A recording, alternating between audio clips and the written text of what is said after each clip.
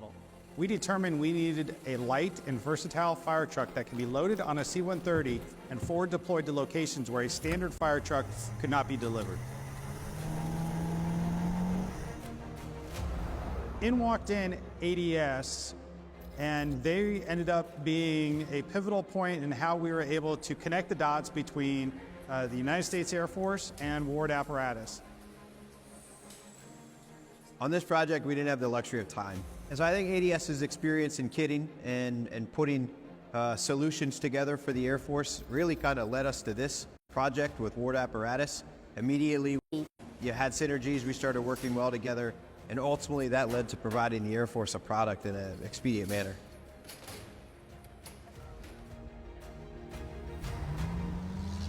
So I think, typically in the industry today, it could easily take 3 to 5 years or more for a concept to go from paper to first prototype and then to an actual production piece of equipment. And for us to be able to dive into the way we partnered with everybody, from the Air Force to ADS to all the suppliers and our team here, we were able to shorten that to 2 years from concept to actual production. Just unheard of in the industry today. At the end of the day, providing a project or providing a vehicle like the Mark I allows the warfighter to come home, and that's what we care about.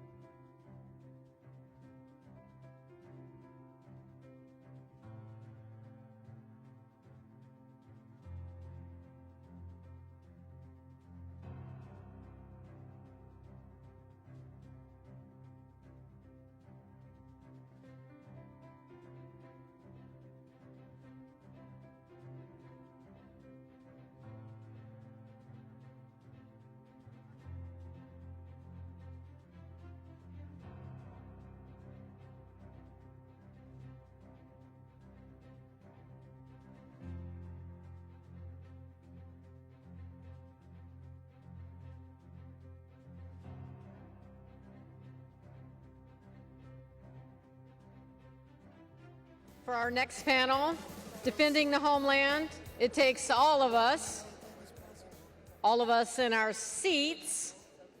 Please help me welcome to the stage your Cyber Command Senior Enlisted Leader, Chief Master Sergeant Kenny KB Bruce.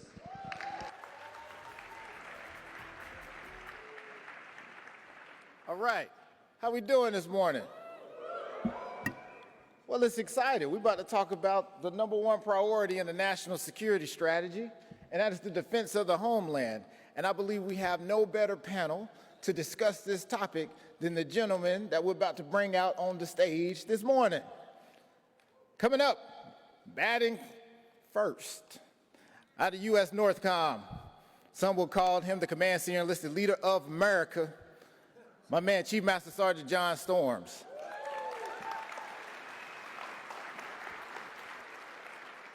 We got Chief Moore coming in from the Air National Guard. Come on, Chief Moore, let's get it. Chief Martinez coming in from AFCENT. And last but not least, back cleanup from Air Force Reserve Command, my man, Chief Master Sergeant Nunez.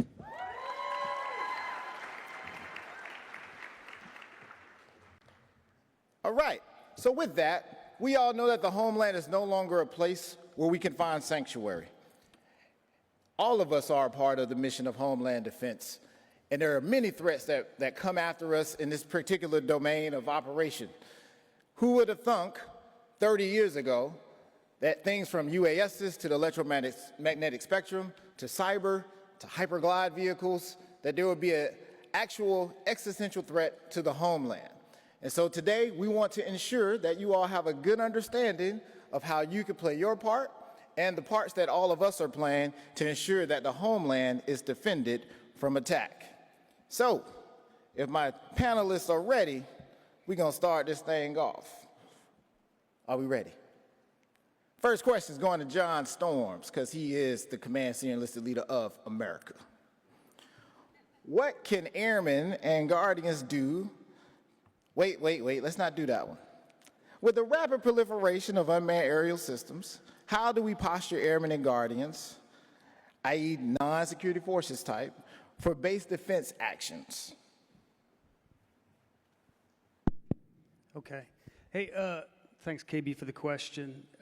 First thing I'd like to say, if we have any reservists and guardsmen in our room, obviously I'm joined by your command chiefs here.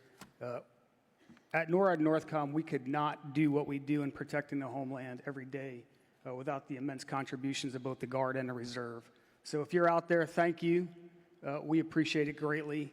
And then with Pete Martinez down on the end kind of representing Southcom, I think our renewed relationship between the different combatant commands and keeping the hemisphere safe is really starting to pay off, and we're working through lots of agreements, force sharing, sometimes territory sharing, to ensure that we're keeping our neighborhood safe. So before I answer that question, I just wanted to get that out there. So thanks to everybody who's out there supporting us.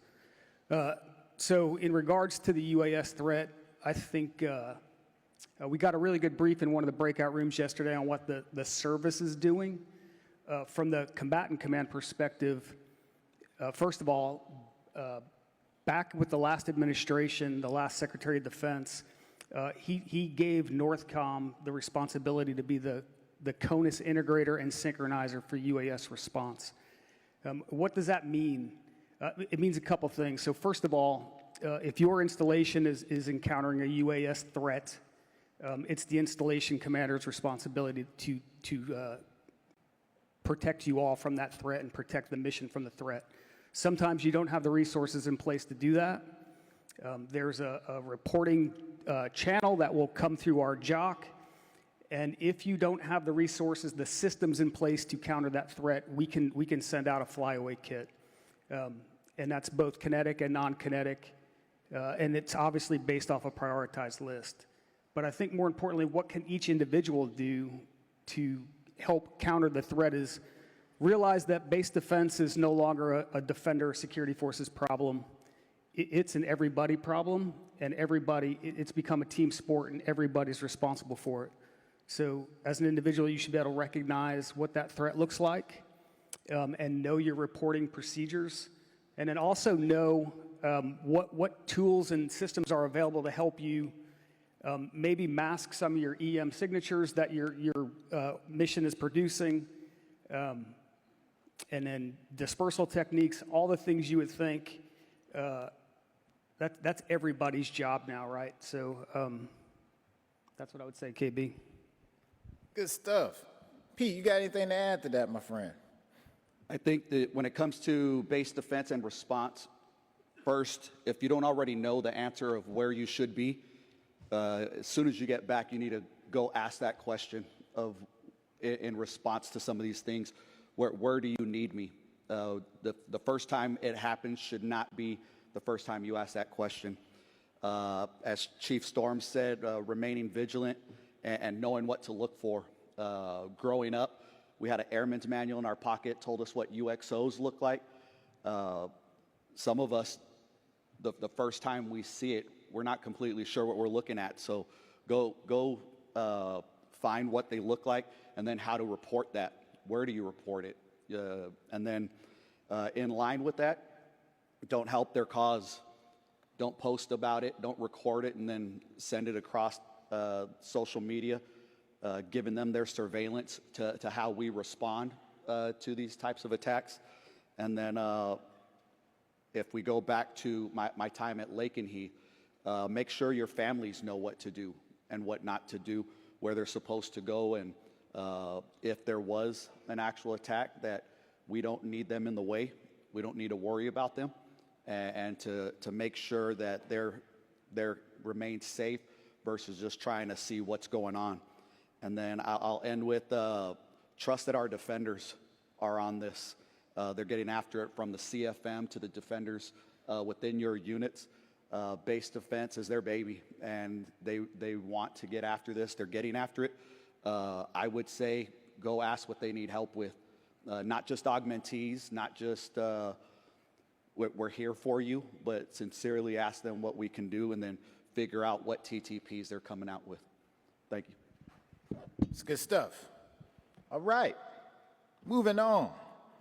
We're gonna hit something that's hard hitting. This is gonna go back to you, Chief Storms. We're gonna start off with you because you're setting the foundation for the rest of our conversations.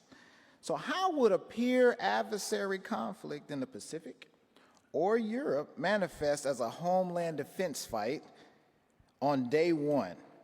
And are we prepared for something of that nature if it happens? So here's what I think everybody needs to understand, if you don't already, is that any conflict anywhere in the world, any regional conflict has global implications. Take what's happening in the Middle East right now. That has ramifications and actions that we're taking in the homeland. If something were to kick off in the Indo-Pacific or in Europe, it will absolutely impact things we are doing in the homeland every single day. It's no secret that our adversaries, part of their TTP is to limit our ability to project power from the homeland. That's both kinetic and non-kinetic means, and we've got to ensure that we can project our forces forward. So yeah, I think, and that'll start on day one, both using asymmetric threats, non-kinetic threats, all of those things. And I think we are prepared. We're getting more prepared every day, and it's not just the Department of War uniform wearers that are doing this, it's all of our interagency partners.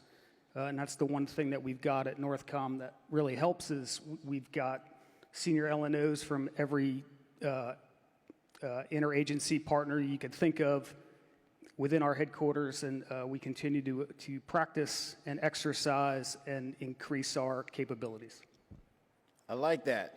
And I will say, I'm going to ask Pete a question because never in a million years did I think that SOUTHCOM would be one of the hottest theaters that we're fighting in. For 30 years I've been in this military, and SOUTHCOM had a budget of -$7.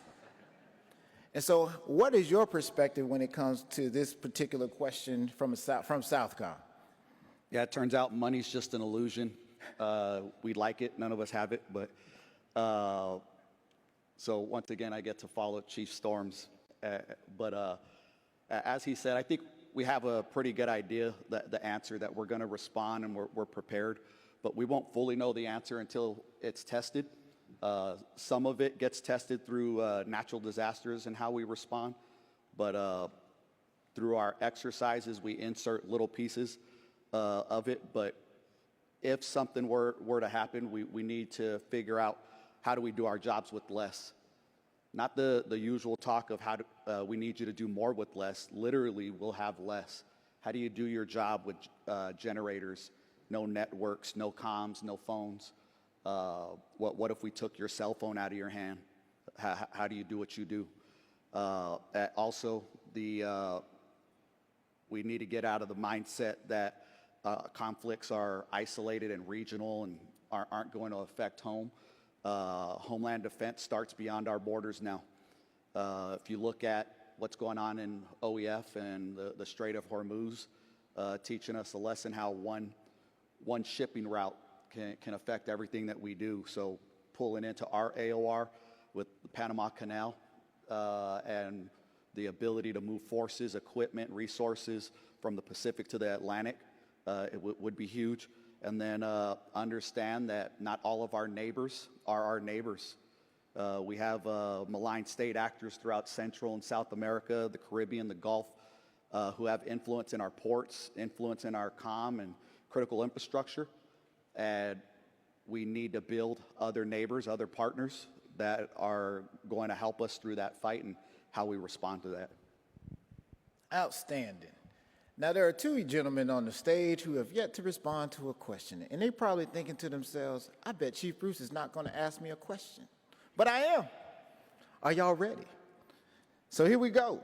You ready, Chief Moore? This is for you and Chief Nunez. As the operational reserve is increasingly called upon for domestic crisis response, how do we balance the dual status mission of the Guard and the Reserve without degrading our warfighting readiness for overseas contingency operations? Thank you for the question. And I will tell you, this is probably the most difficult space we exist for the Guard. I'll let Iz talk about the reserves and how they handle it. But our dual status nature is very clear and present to us. We understand that we have this dual track of responsibilities. We describe it as our Title 10, which most of the people in this room understand very much. Our responsibility is to go fight and win our nation's wars. We are that responsibility. We've proven that over the last year. That's what we're supposed to do. When our nation calls to do those things, as the Air National Guard, we get it done. We go out there and do what we've trained to do, and we fight. But we also have this Title 32 side of our lives, this thing that we have to do in our domestic operations. And inside the Title 32 structure means you're reporting to a governor of a state who cares very much about taking care of the citizens of that state, which then evolved when you talk about the 50 states, the 3 territories, and the District of Columbia makes up for the whole National Guard infrastructure. And inside the Air National Guard's 106,000 of us trying to make sure we can do both those jobs, do them very well. By the nature of being combat capable and being able to fight, we can be used in other capacities, and we get used in other capacities. The difficulty for the leaders of our organization is making sure we do that correctly, make sure that we are thinking about the ops tempo. And what we're asking a 80% part-time force and ask them to have a full-time impact without crushing them, without overusing them, without spreading them so thin that they don't want to hang out with us and do what we ask them to do anymore. So we got to make sure we're paying attention to that. One of the things you'll see, you'll hear us talk about in the National Guard, and I'll talk about it from the CMSgt level when they're talking about both the Army and the Air. You'll see us throw up a Swiss Army knife or a multi-tool of some sort and say, hey, we are capable of doing a lot of things. Just like if you think about the multi-tool you use and you carry around when you're tinkering or working on something, the thing as leadership we have to be careful with, that easy access, that easy pull to grab that tool, we got to take care of that tool. And I think about how I use mine. I don't always take care of my multi-tool like I should. Sometimes I abuse it. I might use it not quite for its intended purpose, and I might break a piece off, or if I open mine up and the blade just kind of swings down and folds out, I didn't take care of that tool correctly. And that's where we have to be careful in the National Guard, that as we put people out and as we do things and we do all these multiple layers of mission, that we're paying attention that they still are effective, that we're still putting the right places and the right pressures out there. So if a state needs us to respond to a flood, a wildfire, some type of incident that governor and those communities need, and our members are also living in those communities and are willing and loving to help their communities out, and then we turn around a couple months later and we deploy them downrange for 6 months or more, that we've thought about those communities and we've thought about those members, and we're protecting those organizations so they can continue to do everything we ask them to do, and we don't abuse that dual status nature of what we do in the Guard. Awesome. Yeah, so I think important to lay out the difference, right, between the Title 10 Reserve Force and the Title 32, completely different in terms of our mission. You know, there's a part of me, and this is not a knock on the Guard at all, there's a part of me that I think we've blended too much of that, especially in the Title 32, where they're going from Title 32 to Title 10 in a moment's notice, and I can see that being a big strain, like Josh alluded to on the Air National Guard. You know, I'll give you some history, right? So I started out in the active component many moons ago, and I was one of those active duty airmen when I was active duty, you know, from pre 9/11 to after 9/11, who always saw reservists and kind of started out with, man, freaking reservists, right? I just had this negative feeling or connotation towards them, and I think because at the point in time, you know, the reserve back pre 9/11 was very much a strategic reserve. They weren't very operational and focused. 9/11 happened, that changed everything, and right now, like John Storms was saying, the Guard and Reserve is an operational force. They're not a strategic force. They're not a B team. They're an A team that you know, that goes along the side, the active component. That comes at a cost, and sometimes that comes at a cost of readiness. And like Josh was saying, you know, when you're trying to utilize that talent, understanding that their primary mission is really as a civilian, it could degrade warfighting readiness. That said, our reservists are up for the challenge every single day. be it fighting the away game that the reserve does, using those civilian skill sets, downrange and employed missions, for example, be it at the 960th Cyber Wing right now, employed in place, doing some awesome stuff, countering cyber threats, our ISRW down at the 655th. We also have our domestic mission in the Title 10 Reserve. We call it the Earth, Wind, and Fire mission. Really unique capability. And so when you see those hurricane hunters, those C-130s that are flying into those hurricanes and risking their lives, that's the 53rd Weather Reconnaissance Squadron down at Keesler. Those guys are amazing. Those are reservists. Many moons ago, go on YouTube. They had I think like a 1 year show on them on National Geographic. Pretty amazing team. So that's our wind. We also have our earth, and so we have this mobile aerial spray mission at the 910th Air Wing, and so they're the only DOW large fixed aerial spray mission, and so they provide everything from helping out for national disasters. For example, Deepwater Horizon, that disaster, they flew 93 sorties in the Gulf of Mexico to help with that. And so, and then we have our fire mission at the 302nd. And so those bubbas right now are really, in the thick of it, combating wildfires in Washington and California. And so, yes, we support, although we're not Title 32, we support the DISCA, the Defense Support for Civil Authorities mission all the time. And I think for me, it's about ensuring that we have a clear division of labor. I think that's how we protect operational readiness, ensuring that the Title 32 force does what the Title 32 does, and the Title 10 Reserve does what the Title 10 does, and in support of both OCO missions and our DISCA priorities. That was outstanding. I did everything in my power is to not start singing September when you said Earth, Wind, and Fire, man. No, we're not doing that. I'm being very serious today, Chief Storms. Can you tell? Look at how good I'm being, man. This is awesome. All right. Here we go. Next question. This is a very selfish question as the Command Senior Enlisted Leader, U.S. Cyber Command, and get to lead the National Security Agency. For Chief Nunez and Chief Moore, what structural changes are needed to rapidly leverage civilian technical expertise residing within our reserve component? And not just during a crisis, but in my case, every day. Yeah, I think for me, it's like moving away from kind of time and service mobilization model and really moving to like a skills-based rapid response model. I think you were at our conference, Chief Bruce, this weekend, and you talked about just the capabilities that some of the Guard and reservists bring. I mean, these are individuals who work in financial institutions, especially in the cyber area. They work for Google, they work for Microsoft. They're seeing these threats and attacks before they hit the DOW networks.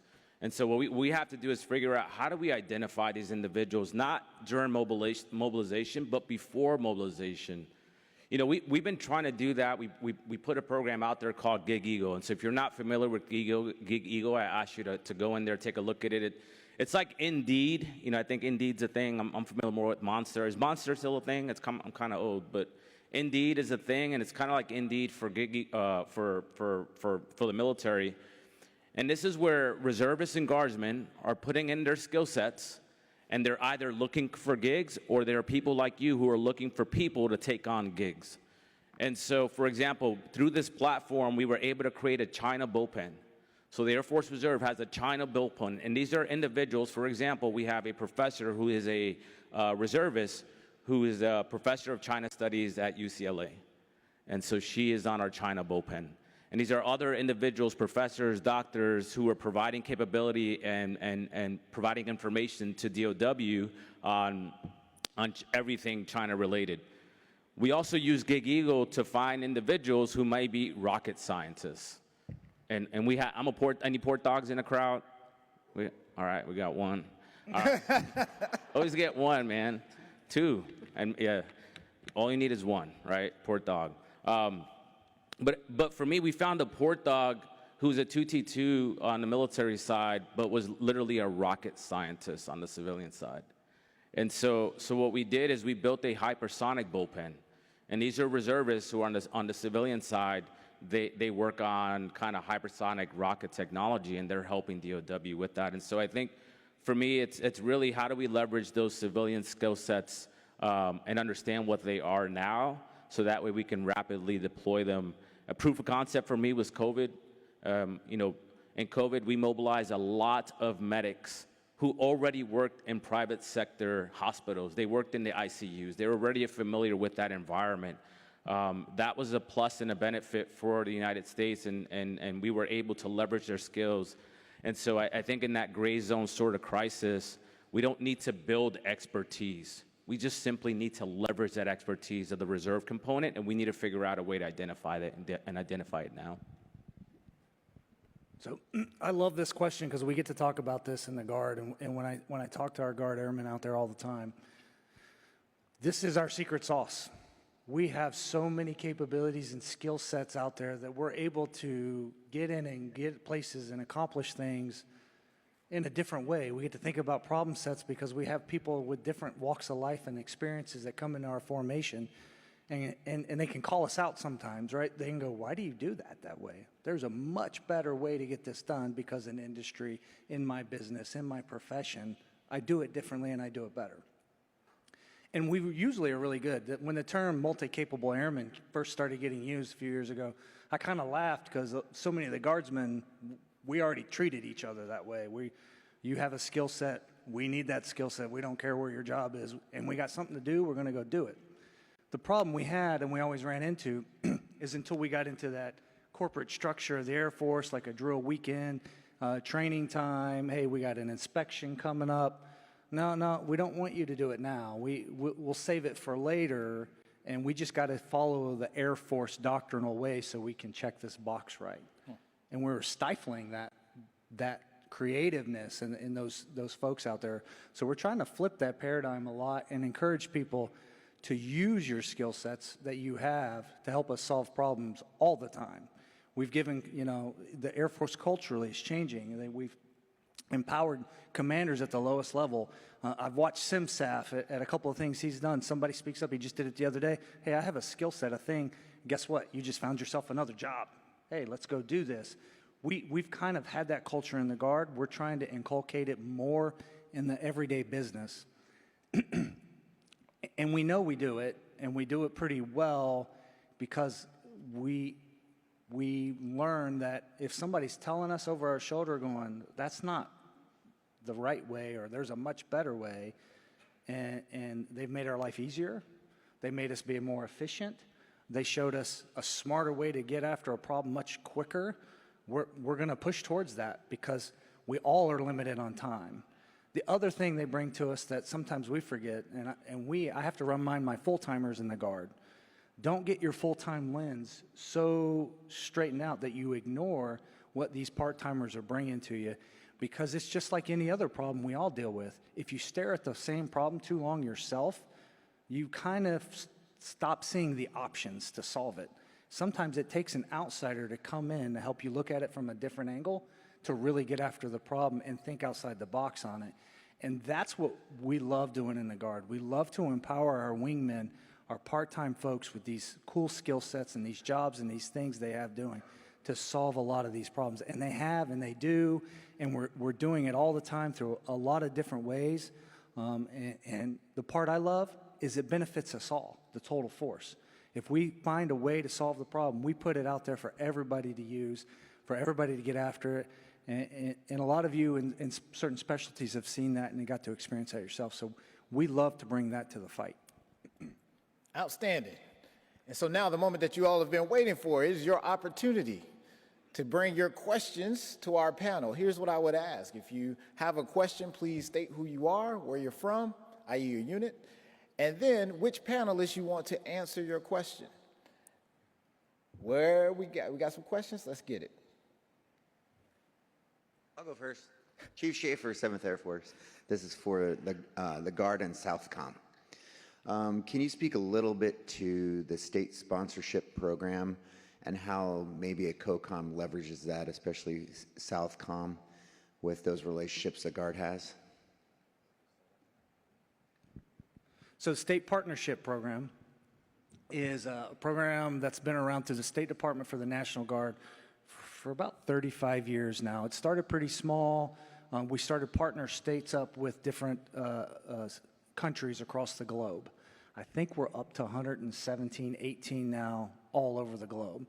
A lot of them were concentrated at first in the very beginning in some smaller countries, the old Iron Bloc Eastern European countries, some African countries, and some South American, Central American countries.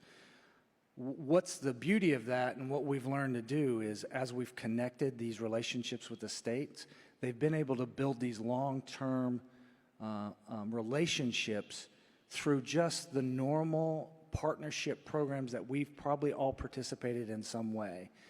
But because we tend to have longer serving folks in the Guard that stay in the same place, and then they're partnered with these countries, these relationships build over time. And we find this out in all kinds of different ways. So if you were a young NCO or a young officer and you met this person in your country, wherever it is, you keep this connection and this relationship for years as you both move up the ranks. So you built this, and then when you get into these more important positions and you're able to affect change, whatever problem sets you're working and things are going on, it took a long time to prove the concept, but it really started to show. And I'm sure everybody's heard the Ukraine stories with California National Guard and how when that conflict kicked off and how they immediately started working together and sharing information. We do that not just in Ukraine, that's all the countries, and a lot of our more mature relationships down in Central and South America are really starting to pay off now too. We've built some of these relationships, so as the Title X forces, as the combatant commanders and others come in and they're new, what they've learned to do is if they reach into the SPP to the State Department, they can make these deep connections really quick and start to really cultivate relationships a lot faster than if they had just started at square one. So that's the overarching and the big value set of the State Partnership Program. I'll let you answer the technical part. Good question. Thank you. I just took over AFCENT, 12th Air Force, about 3-4 weeks ago, and my predecessor, Jimmy Wilfong, like number 2, 3 on the list to turnover, was get to know your state partners deeply. And everything we do throughout AFCENT, and even with General Donovan and Command Sergeant Major Rodriguez at SOUTHCOM, they start the conversation with, where are our state partners with this? Because if we're starting these relationships and we're starting these programs from scratch, that's a foul on our part. They've already been there for decades, building the relationships, getting the people and things in place, and to not bring them in would be a huge foul. He mentioned the Title X, the ability for our state partners and the titles that they have to help us get some of this done is huge. So for us throughout AFCENT, they're part of our initial planning, mid, and all the way to after action for sure. If I can just add, so this is kind of new for us, and so I just wanted to put that out there. So we started the Reserve Allies and Partners program this year. Congress kind of pushed us down this route, and so it's not to take away from the state partnership program, but it's to expand. And the idea is that one of the reps in Hawaii had asked us what relationships do we have in the Air Force Reserve with our counterparts in the Philippines and all these other nations out there in the Pacific. And so, anyway, put a lot. We were given money for it, budgeted for it. It's in legislation, so we've kind of nascently kind of just started this. And for example, this year, one of our first engagements is going out to the Philippines, and we trained about 250 of their NCOs. So we brought 6 of our 8 tangos out there to train their NCOs on mission command and other principles. And so that's information we just got to get out there. But that's how the reserve is kind of doing their part, and that's another opportunity that you can leverage to be able to leverage our capabilities to help our partner nations. All right. Sergeant Brown, First Sergeant at Anderson Air Force Base, where America's Day begins. Just curious to get a little bit of insight more on how PACAF is included on the Homeland Defense. Oh, who's the question for, sir? question probably would have been for PACAF, but they're not at the table, so Roger whoever that. wants to take it. We're going to give it to America's CCEL, Chief Master Sergeant John Storms. Yeah, so PACAF and INDOPACOM, I mentioned this the other day. If you look at Admiral Paparo's priorities, the #1 priority for INDOPACOM is Homeland Defense. We have a great relationship between the two commanders and the two combatant command staffs. They understand what force sharing is. They understand that lines on a map that separate the AOR boundaries are just simply that, lines on the map, and we will transition the command and control of forces based on the operational necessity, not necessarily lines on a map. So INDOPACOM is essential to Homeland Defense, just like every other geographic combatant command is essential to Homeland Defense. I think the thing that surprised me the most in a good way when I showed up at NORAD and NORTHCOM was just how well the different geographic combatant commanders and command staffs get along, understand the global strategic picture, and are willing to share resources and capabilities to ensure that everybody has what they need when they need it. So yeah, I think it's a great relationship, and we're all critical to each other's success. Outstanding. Good morning, Master Sergeant Hennings, coming from J-Bear. My question is for the Guard and Reserve components. Being at 2 unique assignments, one was a TFI where the active duty was supporting the reserve component, and then now currently where the reserves are supporting the active duty component. How do we explain to the young airman that's fresh off the basic training plane the importance and the integration that we have with our Guard and Reserve partners to really multiply that force factor? Because as it was stated earlier, we do hear that previously Guard and Reserve were Guard and Reserve, kind of a B team. So I love that question, and I know Iz will follow up with me. Our TFI units are some of our best success stories, and I can say that because they started out kind of rough in a lot of cases. We struggled in the beginning. Just like the Guard and Reserve has evolved over the last 25 years to, I think we are a more capable, more professional military force because the time required us to be, because we needed to step up. TFI is very much the same way. It can get complex, and the Zeus 95 disaster showed this, where this can get confusing, right? And this is why we have to do a better job of explaining how this works. Because like a lot of things in the Guard and Reserve, just because you've seen one doesn't mean you understand it all. You've just seen one. All these TFIs show up a little different. They're a little structured a little different. It matters if Title 10 owns the iron, which is a classic association, or an active association where Title 32 or the reserves owns the iron. It can get a little complicated, and we did struggle in that space, but I feel like we've made leaps and bounds in making these units actually work well together, understanding there are nuances and differences in different types of workforces and pay statuses. That's probably the first thing that gets confusing to especially a RAGAF airman that shows up and you find out, wait a minute, a dual status technician, what's that, right? Or an ART, so we have to do some explanation. We have to make sure people understand lines of authority and who's in charge of what. But most importantly in all of this, and what I have found out, is when we do this right, it means leadership is getting it right. It means they're making it a priority that this unit will function as it should. It should be able to deliver the capabilities that this unit has been set up to do. And we find great things in it. My personal experience of seeing this grow over the years is it became such a wonderful way for people to get exposed to the ARC, and it actually led us into a lot of airmen who would have separated from the military and left the Air Force altogether because their stint was up. That's what they were doing. They saw another way to serve firsthand. They were right there, and our recruiters loved it, right? Hey, this airman wants to come to the Guard or Reserve. And we gave them another option and another way to serve, wear the uniform, just do it a little differently, little different nuances in our services.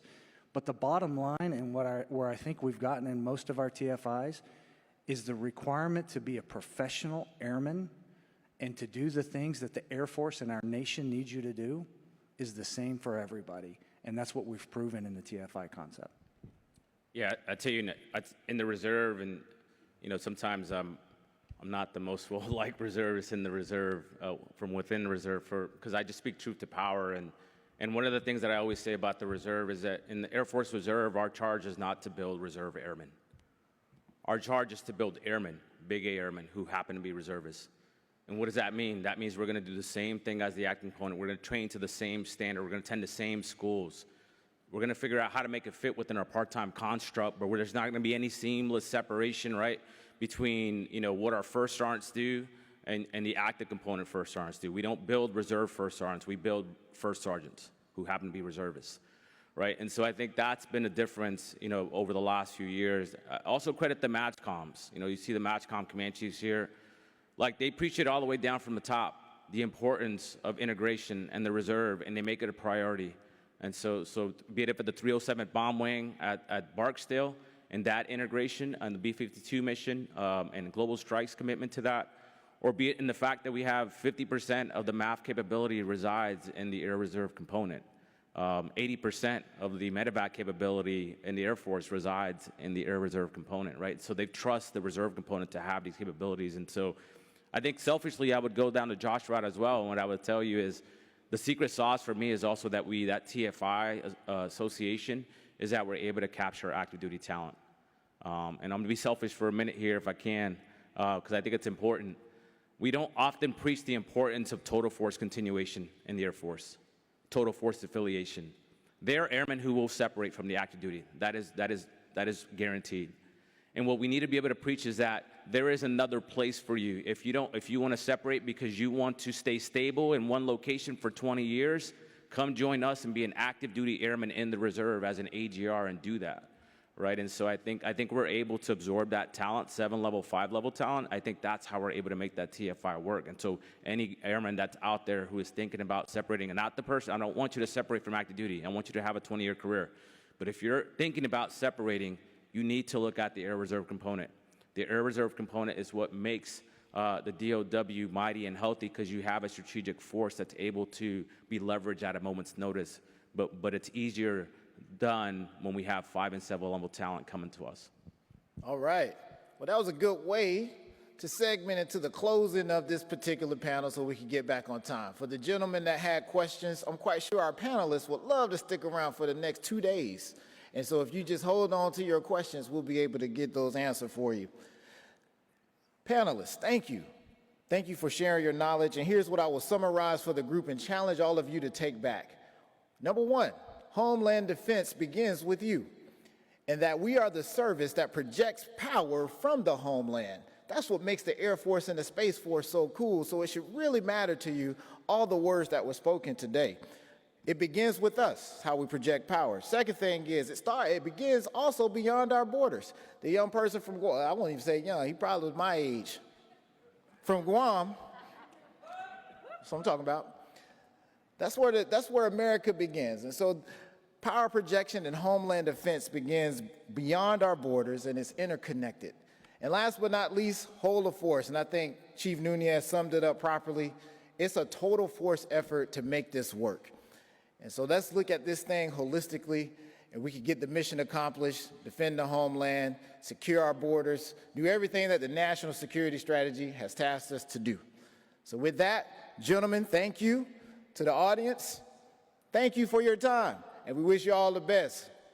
Go forth and conquer.